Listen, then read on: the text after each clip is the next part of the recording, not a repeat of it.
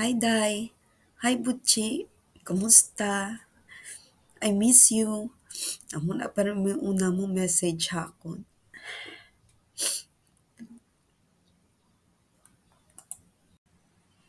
Mayong aga or mayong hapon lang sa tanan.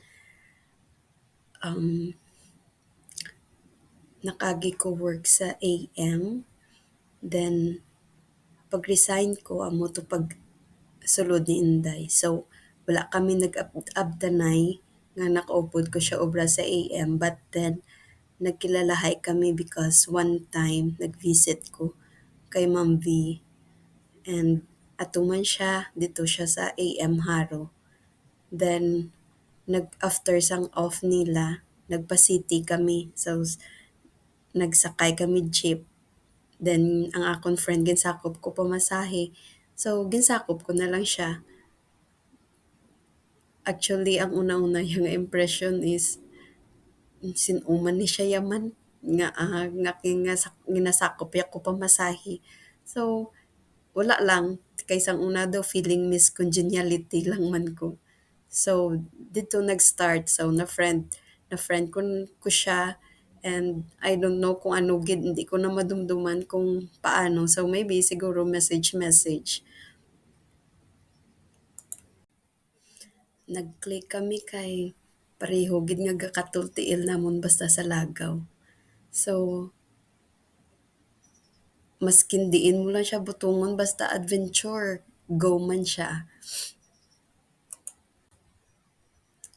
Then, na-assign ko sa Bacolod, kag siya man na-assign man sa Bacolod. So, message niya ko, "Day, di ta malagaw man." Sabi ko, "May nabalaan ko muna, mi sa ruin." Sila nga, ti di ina, kabalo ka. Sabi ko, basta lagawan niya gani, confident. Kid ko na iya, pero wala ko kabalo kung paano na ito magkadto. Basta balaan ko lang sa silay. Tapos, upod man siya. Wala man siya reklamo, sakay kami sa jeep. Pagpanaog namon sa bangga, abi ko lapit lang, may lakton. Pagali kami nga, I think no more than 1 kilometer siguro ay.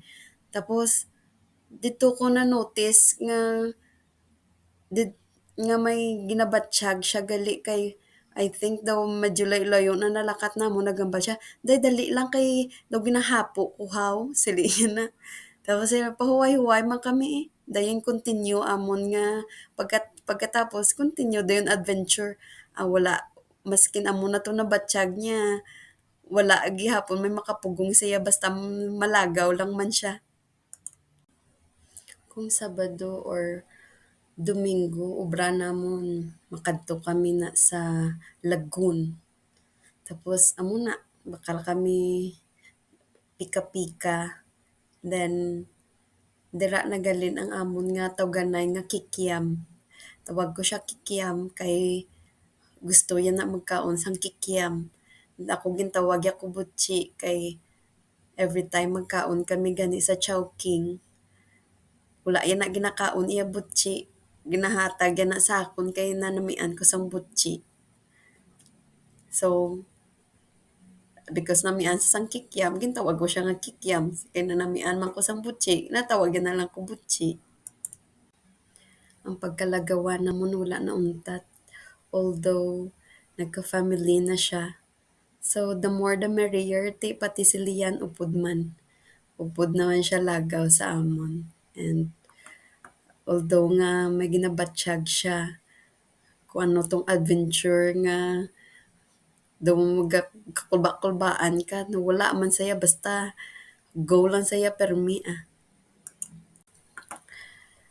She's always my home. Sang time nga ni, wala ko nagpabalo siya nga mapuli ko. Gin-surprise ko lang siya. Kumbaga naglusot lang ko sa opisina niya. Ginulat ko gin nga hasta mag-out siya. Although nakita ko ni Ian before, pag nambalan ko siya nga, hindi niya pag ihambalon sinday nga ara ko. So, may lang man, wala man siya na ano, nakibot man siya, pero nag-smile lang man siya, kag nagulong-ulong sang ulo niya. She's very gracious. Ma-share gid na siya, whether it's material things, ideas, thoughts, even friends. may bago siya nga friend nga makilala, pakilala, yagit ka na, istorya yan na sa imo. Then, even faith, what is truth, gina, she will stand on it and honest siya sa iyang opinion and wala siya nahadlok kaya maghatag sa iyang opinion when it comes sa maskin pa daw kumuga daw critical nga topic para sa iya ya amo na iya stand ko and na-appreciate ko gid siya sa attitude and character nga may ara siya. Ka-caring sa iya. One time, grocery siya sa atrium. Ang bala niya lang kuya nga, pungko ka lang day kag maghulat. Samtang siya ya malibot-libot dito. Daw pamatsyag ya daw ako ang may ginabatsyag. And she's very artistic. Mahilig gid siya sa mga bagay-bagay nga mga mauti. Mga edit-edit sa mga picture na namian gid na saya. And siya nakaparealize sa akon nga hindi ko kabalo. Hindi ko kabalo mag-cut sang straight line. I think honest gid siya nga nagambal sa akon nga day tiko bala ang panggunting mo sang sang pagkasal nila kay ako nag-obra sang ilang invitation. Wala ko man na-realize nga tiko ko gali manggunting. So dito ko lang na-realize ay oo gali day no.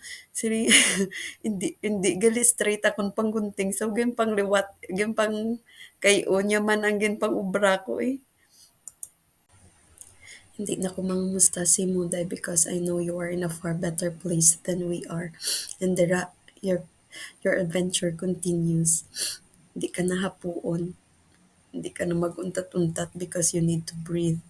You can do anything you want. Mag saka-saka and kung ano pa ang mga gusto mo obrahon. It's limitless. And we are grateful nga pahulam ka sa Ginoo sa amon. We are truly blessed sa imong nga life and we truly missed you.